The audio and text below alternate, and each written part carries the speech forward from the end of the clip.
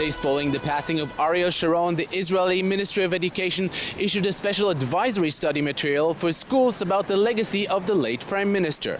The controversy erupted when members of the media got hold of the material and realized that some of the more problematic events in Sharon's resume were left out. So we wanted to find out how common it is for a country to rewrite the history of one of its founding fathers.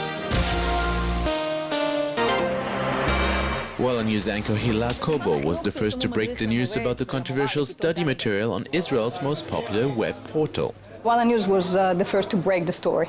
Just after Ariel Sharon's death, the Israeli Minister of Education kind of ordered the schools to conduct some lessons about the heritage and about the life of Ariel Sharon. We looked at it, and it was very interesting to see that some very important and controversial parts of Ariel Sharon's career and life were hidden.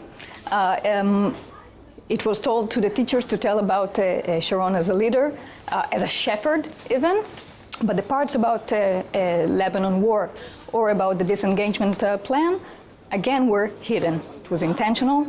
It was so obvious that these parts were hidden. We even talked to some educators, including a very popular headmaster in Tel-Aviv, and he told us that there's no fear, to try to pass some complex issues to young children. They capable of understanding complex issues. Daniela Friedman is the head of the Social Awareness Unit at the Israeli Ministry of Education, which released the Ariel Sharon study material. The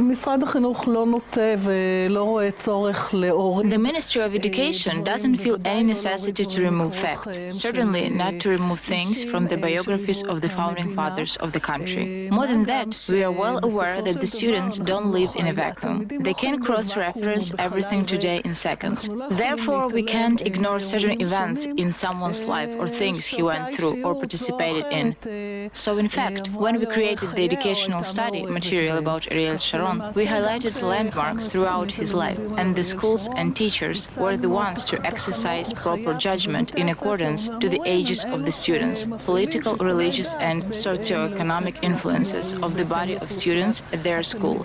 And with this data, the educational team will have to decide as to the level of the depth they want to get into certain issues.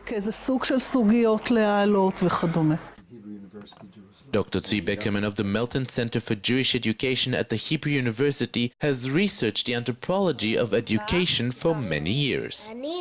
It just would be surprising for any government, not only in Israel, to take history seriously. History is not used as schools to create historians, but to create citizens according to the reigning ideology of the government at that time. I assume that some of the issues that might not be kept within the present curriculum are his activities during the Sabra and Shatila events during the First Lebanese War. In general, his participation in the First Lebanese War, which is very much discussed among historians and politicians, mostly politicians till today. So controversial as the Sharon material seemed to be initially, turns out changing someone's legacy for future generations is not that uncommon around the world. For JN1, I'm Jacobsohn in Tel Aviv.